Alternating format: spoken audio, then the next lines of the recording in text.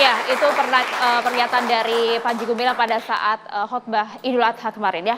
Nah, saya mau ke Pak Abbas dulu. Pak Abbas tadi sampaikan bahwa agama itu wahyu, bukan nafsu. Seperti yang apa yang disampaikan oleh Panji Gumilang, respon Anda?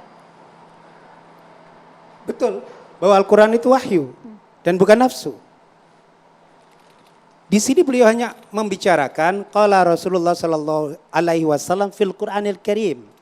Fil Qur'anil Karim. Saya memahami setelah saya membuka di sini bahwa yang beliau maksud itu apa yang ada dalam Al-Quran tidak langsung Allah yang menyampaikan begitu.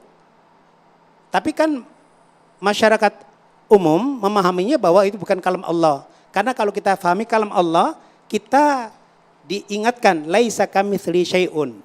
Saat saya dibacakan ayat itu, kalau Allah itu berbicara langsung, maka berarti menyerupai sesuatu, ada suaranya dan ada huruf-hurufnya. Oleh karena itu sesungguhnya itu adalah kalam Muhammad yang merupakan wahyu dari Allah. Apa yang dibicarakan Nabi Muhammad itu semata-mata adalah semua dari Allah Subhanahu wa taala. Oke, Itu yang dimaksud. Iya, penjelasan Anda juga cukup mengenal bagaimana seorang Panji Gumilang. Tadi disampaikan, nampaknya Panji Gumilang ini merasa berkuasa, merasa memiliki kepemimpinan yang kuat begitu sehingga dia menafsirkan sendiri agamanya. Oh, tidak begitu. Tidak begitu. Kita yang sudah bersahabat lama tidak seperti itu memahaminya. Karena kalau dikatakan dari aspek sejarah, sudah selesai tahun 63 NII itu, tidak ada lagi. Bahwa kemudian ditafsirkan A, B, C, D, itu kan masa lalu. Banyak pengikut yang mengaku, Pak. Itu masa lalu. Mereka yang mengaku itu mungkin tidak langsung dari Panji Gumilang. Secara ideologis Pak Sudirman. Ya, secara ideologis persis apa yang ada di pesantren layaknya seperti itu. Seluruhnya tidak ada yang aneh bagi saya. Selama 24 tahun saya bersahabat, seperti itu yang saya lihat. Dan klarifikasi ini yang dibawa ke Bareskrim Polri tentang dugaan penistaan agama. Kalau memang klarifikasi ini sejelas ini, kenapa statusnya naik Pak dari penyelidikan ke penyidikan? Dan ada potensi dugaan mengarah ke tersangka. Betul. Itu kan dalam kasus hukum seperti itu, ada bahasa penyelidikan, ada bahasa penyidikan. Karena penyelidikan itu baru klarifikasi. Ketika diklarifikasi pertanyaan ini dijawab A, B, C, D, baru kemudian didalami. Pendalaman itulah penyidikan. Karena pihak kepolisian juga melibatkan ulama, kiai, tokoh agama yang berasal dari Majelis Ulama Indonesia. Pak Betul. Sudirman. Artinya kan ya bisa dikatakan adu argumen soal fikih keagamaan punya sudut pandang yang berbeda. Ya. Betul. Tidak ketemu Pak ini Pak, titik Dan mana ya Pak? itu dimungkinkan berbeda karena itu adalah wilayah fikih. Ketika itu wilayah fikih, kenapa kita harus aneh? Fikih itu harus berbeda pendapat. Sudut pandang saya umpamanya dari sini melihat saudara kan seperti apa yang saya lihat. Tapi ketika saya melihat dari samping maka saya persepsikan seperti apa yang saya lihat. Maka itu adalah persepsi. Tapi kalau tidak memiliki data itu asumsi. Oke. Asumsi itu tidak memiliki data sama sekali. Gus Najib dijawab dulu, jangan sampai jadi asumsi sebelum ke Bang Novel ya. Iya, saya kira apa yang tadi disampaikan itu pelarian ya. Sekarang ini kan sudah era keterbukaan, semua sudah bisa kita ketahui. Artinya tidak mungkin ada informasi yang bisa kita tutup-tutupi. Sementara fakta bahwa Panji mengatakan Al-Quran bukan kalamullah, bahwa Panji itu adalah mantan komandan NII KW 9 itu adalah suatu hal yang tidak bisa dipungkiri. Kemudian saya kira apa yang tadi disampaikan itu klarifikasinya mirip menyatakan bahwa matahari itu tidak terang. Padahal sudah jelas-jelas. Gini, perbedaan dalam fikih sebetulnya yang diakomodir ya atau yang domain perbedaan itu di dalam fikih itu adalah persoalan yang disebut furu'iyah. Jadi di dalam fikih itu ada furu'iyah, ada usuliyah. Tapi Panji ini sudah menyentuh persoalan usul. Misalnya dia punya konsep tauhid sendiri yang namanya rububiyah, uluhiyah, mulkiyah. Misalnya hampir semua rukun Islam itu kan dia otak-atik. Saya tadi katakan bahwa Panji itu psikologinya dia adalah imam NII yang punya otoritas untuk menafsirkan ulang agama. Dan Panji itu punya kecenderungan Isa Bugis karena dia tuh murid Isa Bugis yang alirannya adalah sinkretis. Sinkretis ini menggabungkan satu teori-teori kemudian dianggap dibentuk suatu hal yang baru. Gitu. Nah, jadi misalnya ya bahwa Panji itu adalah NII itu kan terkonfirmasi dan menjadi suatu informasi intelijen terbuka gitu. Misalnya ada Wakabin 3 periode, Pak Asad Said Ali menulis di Facebook dan mengkonfirmasi bahwa Panji Gumilang itu adalah seorang pengikut Isa Bugis, menyebarkan ajarannya Isa Bugis tahun 70-an di Cisaat, Sukabumi. kemudian diusir oleh masyarakat dan pindah ke Subang, kemudian pindah ke Indramayu. Bahwa dia komandan NII itu juga terkonfirmasi. Nah terus begini, kenapa? Karena tadi dikatakan bahwa Panji tidak berhak untuk diadili. Kenapa tidak berhak diadili? Ini kan bukan persoalan keyakinan dia pribadi. Ini sudah mempropagandakan ke publik. Dengan cara?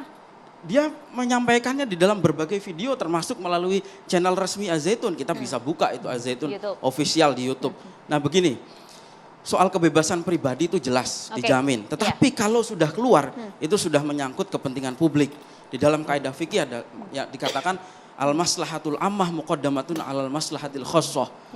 Kepentingan pribadi itu harus disisihkan ketika menyangkut kepentingan umum. Kemudian begini, maksiat itu satu hal, mempropagandakannya adalah hal lain. Ini yang kemudian juga harus diusut oleh pemerintah bisa jadi satu maksiat itu dosa kecil, tapi ketika disebarkan, dipropagandakan, itu menjadi dosa besar. Pemerintah sudah bergerak, Mas Raji, dan juga polisi juga saat ini sudah bergerak dari mulai penyelidikan naik ke penyidikan. Meskipun tadi Pak Abbas sampaikan tidak layak dipidana. Catatan Anda, Bang Novel. Silakan langsung, Bang. Baik, terima kasih. Untuk itu saya minta izin untuk dibacakan. Dugaan penistaan dan kesesatan Panji Gumilang. Kita buat ringkas Bang ya? Ya, jadi ini saya bacakan nggak begitu banyak juga walaupun 16 kesesatannya. Bahwa pernyataan sikap 3 pilar Forum Pembela Islam, PA 212 dan GNPF Ulama itu yaitu sikap kami tegas. Bahwa tangkap Panji Gumilang dan bubarkan Al-Zaitun. Dikarenakan bahwa Panji Gumilang sebagai tokoh dan pemimpin dari Pondok Pesantren Indramayu telah nyata-nyata menebarkan paham sesat dalam agama Islam dan menimbulkan keresahan di tengah umat Islam. Hal tersebut ditunjukkan dalam sikap dan perbuatan serta pernyataan yang antara lain sebagai berikut.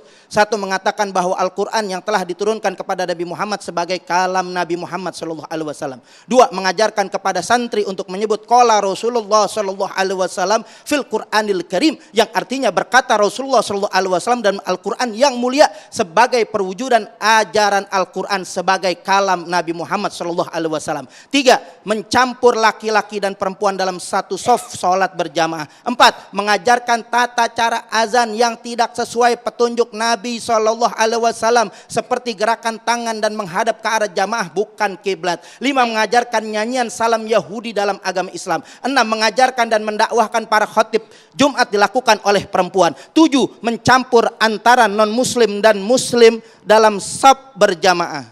Boleh ini kalau mau ditayangkan. Ditayangkan. Itu ada beberapa poin inti paling tidak ya? Ada. Sebentar langsung lagi. Saja, Bang. 8. Menyandarkan pendapat-pendapat penyimpangan kepada mazhab Soekarno. Padahal Soekarno bukan ahli fikih yang bisa diambil sebagai rujukan dan juga tidak pernah mengajarkan sebagaimana yang diajarkan Panji Gumilang. Sehingga Soekarno tentu terlepas dari diri dari Panji Gumilang. 9. Menuduh fikih yang muktabar dengan tuduhan menyulitkan beragama dalam Islam. 10. Mendakwahkan keraguan-keraguan kepada Al-Quran dengan mengatakan Nabi Adam alaihissalam sebagai manusia pertama adalah belum tentu benar seperti itu. 11. Didapat informasi dugaan bahwa di dalam Az-Zaitun terdapat ajaran dosa zina akan hilang jika sudah setor uang kepada mereka. 12. Mengajarkan tidak perlu jauh-jauh ke tanah suci Mekah dan Madinah untuk berhaji atau umroh karena di Indonesia juga tanah suci. 13. Memuji-muji komunisme Cina. 4. Terdapat dugaan pelecehan seksual yang dilakukan oleh Panji Gumilang. 15. Menfasilitasi perayaan Natal bersama. Sedangkan fatwa yang dikeluarkan Komisi Fatwa MUI tanggal 7 Maret 1981 mengharamkan perayaan Natal bersama. 16. Menunjukkan sikap angkuh dan tidak menyadari kesalahan serta merendahkan Majelis Ulama Indonesia. Inilah yang kita dapat, Bang Novel, yang kita simpulkan. 16 kesalahan. Catatannya 16 poin, kenapa tidak diproses hukum saja kalau memang Anda punya bukti, punya data? Kemarin kan kita melihat sudah Ihsan Tanjung bersama Forum Advokat Peduli Pancasila atau Pelindung Pancasila ini sudah melaporkan. Nah, laporan itu harus segera dijerat. Karena kita melihat ini Indonesia ini biar punya efek jerah. Ini kejadian seperti ini bukan baru-baru saja. Mungkin kita dapatkan itu setelah dari 20 tahun atau 2 dekade lebih. terhadap kesesatan, dan bukan baru ini aja. MUI juga setelah melakukan penelusuran-penelusuran itu. Nah, saya melihat 17 atau 16 kesesatan ini udah lebih daripada Ahok, udah lebih daripada Victor Leskodat, udah lebih daripada Sukmawati, lebih daripada Ade Armando, dan lebih daripada Dini Siregar yang kita laporkan semua satu-satu kejadian. Ini dahsyat diborongin semua. Maka kita meminta untuk negara ini berdasarkan negara hukum, negara ini berdasarkan ketuhanan yang Maha Esa. Yang nggak boleh ketuhanan yang Maha Esa itu dinistakan, nggak boleh ketuhanan Mesta itu, ketuhanan yang Maha Esa ini dihinakan. Nah, untuk itu Panji Gumilang harus ditangkap. Kenapa harus ditangkap? Pertama, untuk tidak mengulangi perbuatan lagi. Karena sudah 17, 16 poin ini sudah cukup. Dengan Perbuatan alasan toleransi Gemilang dan keberagaman katanya Bang. Jadi gini, kalau masalah toleransi keberagaman, Islam itu menjunjung tinggi pluralitas, kebersamaan, keberagaman, kemajemukan, kebinekaan itu kita junjung tinggi. Tapi Islam mengharamkan pluralisme, mencampur adukan agama, dan ini sudah difatwakan MUI nomor sampai di 7 sana, Bang. tahun 2005 bahwa mencampur adukan atau sinkretisme itu haram. Ini jelas sampai di fatwa sana MUI. dulu Bang. Siap. Pak Nurul, Fatwa MUI. silakan. Respon Anda Tanggapannya. Bang tentang 16 kecaman. 16 poin ini. Ya, saya konsisten ya dengan pernyataan terkait dengan penyesatan itu ya. Yang lalu waktu di acara ini juga saya menyampaikan. Soal Allah, agama, kitab suci, itu sesuatu yang suci sehingga dia tidak akan ternista oleh apapun, oleh siapapun begitu. Nah, kita penganutnya itu boleh merasa tersinggung dengan ungkapan orang lain ya, yang menurut kita mungkin keliru terhadap kitab suci, terhadap Allah, terhadap agama dan sebagainya. Tetapi jika sampai menyatakan itu sesat, maka saya pribadi tidak akan pernah, misalnya saya tidak sependapat dengan beberapa poin terkait dengan Panji Gumilang, maka saya tidak akan pernah mengatakan bahwa beliau adalah sesat gitu. Bagian mana Pak Nurholis kalau dijabarkan, bagian mana yang tidak sependapat, yang sependapat? Misalnya kalau ada, sejauh ini kan saya belum mengatakan ada yang tidak sependapat kan gitu. Artinya Anda sepakat juga bahwa poin-poin juga yang ada di yang disampaikan Ya, tadi jadi oleh yang ini, mau saya mencampurkan antara non muslim dan muslim dalam saf salat berjamaah, mengajarkan dan juga mendakwakan pada khatib Jumat yang dilakukan oleh perempuan. Anda sepakat dengan hal ini? Ya, kalau soal soft sebetulnya, saya dulu di kampung itu memang tidak dicampur, tapi bahwa perempuan itu boleh di depan, itu boleh saja, tetapi memang tidak dicampur ya. Dia biasanya tuh dibatasi dengan tirai gitu. Misalnya sebelah sini perempuan, Berbeda sebelah sini dengan yang kita lihat di laki-laki. Al-Zaitun. Perempuan di depan Gitu. apa nih Pak? Perempuan di depan Di apa depan nih Pak? sejajar dengan laki-laki, cuma dibatasi dengan tirai begitu. Ada pembatas, Nah, Pak, ya? dulu pengalaman saya waktu kecil di kampung tuh begitu gitu ya. Kalau itu saya kira tidak ada masalah.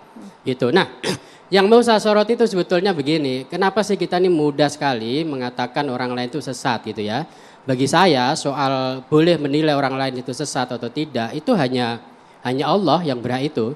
Jadi kalau kita mengatakan itu terhadap orang lain itu sama saja kita mengambil alih hak prerogatif dari Allah itu sendiri begitu. Allah memberikan tuntunan kita kepada Al-Quran. Mana sesat, mana yang tidak sesat, mana yang haram atau bukan haram.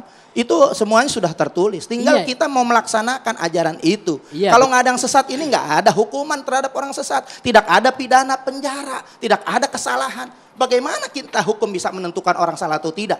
Itu adalah wewenang manusia. Hak Allah Subhanahu wa taala memberikan kita Oke, yaitu ya. prerogatif untuk Ya, saya memilih, bisa lanjutkan untuk dulu. beristihad, untuk Ya, memberikan Pak pilihan. Firman. Ya, Ya, silakan ya. Pak.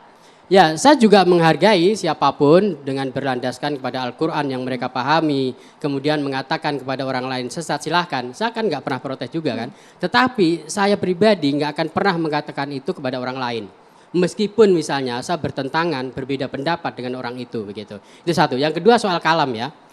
Sebetulnya soal kalam Allah, bahwa apakah itu kalam murni dari Allah atau kalam Nabi Muhammad, ini bukan perdebatan yang bukan baru, sudah lama. Misalnya ya, memang mainstream umat Islam, para ulama, itu mengatakan secara verbatim, baik lafal maupun maupun makna, itu berasal dari Allah gitu ya. Jadi Nabi Muhammad itu menerima apa adanya gitu. Itu pandangan pertama begitu. Tapi Fazlur Rahman itu tidak sependapat dengan itu. Ini salah satu pandangan ya. Fazlur Rahman ulama dari Pakistan, beliau mengatakan bahwa maknanya iya itu dari Allah begitu. Tetapi lafalnya yang kemudian diucapkan, disampaikan kepada umat itu adalah Nabi Muhammad begitu. Nah begitu juga misalnya Imam Zarkasi dalam Burhan, kemudian Imam Suyuti dalam Itqan fil Ulumil Quran, beliau juga membagi soal kalamullah ini ada 3 pandangan.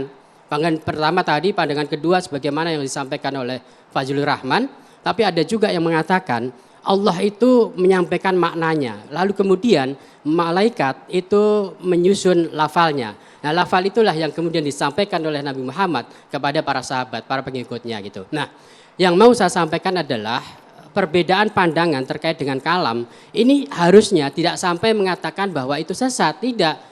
Ulama zaman dulu itu tidak sampai mengatakan demikian. Itu adalah sesuatu yang biasa dalam memahami konsep terkait dengan kalam Allah. Sebagai pimpinan Gitu. Ponpes disinyalir ada video yang dianggap propaganda, agitasi, mengajak, menghasut orang, itu yang saat ini terduga pada Panji Gumilang Iya, ini. menghasut Pak Nurholis. itu kan kata orang gitu ya. Nah nanti kita dengar Pak Sudirman, apakah itu masuk dalam kategori hasutan atau masih dalam koridor dakwah gitu. Kalau dalam koridor dakwah kan harusnya tidak ada masalah. Yang selama ini dakwah atau sudah berbau unsur hasutan? Ya kalau saya melihat dari kejauhan itu masih dalam koridor dakwah begitu. Tapi nanti biar Pak Sudirman karena beliau dekat dengan Panji Gumilang, Ya. biarlah menjelaskan. Oke, kalau gitu nanti kita perlu dengar apa yang disampaikan oleh Bu Leni selaku mantan dari orang tua yang pernah nyantri juga di Ponpes Al Zaitun. Saat lagi usai jeda, tetap bersama kami di Catatan Demokrasi.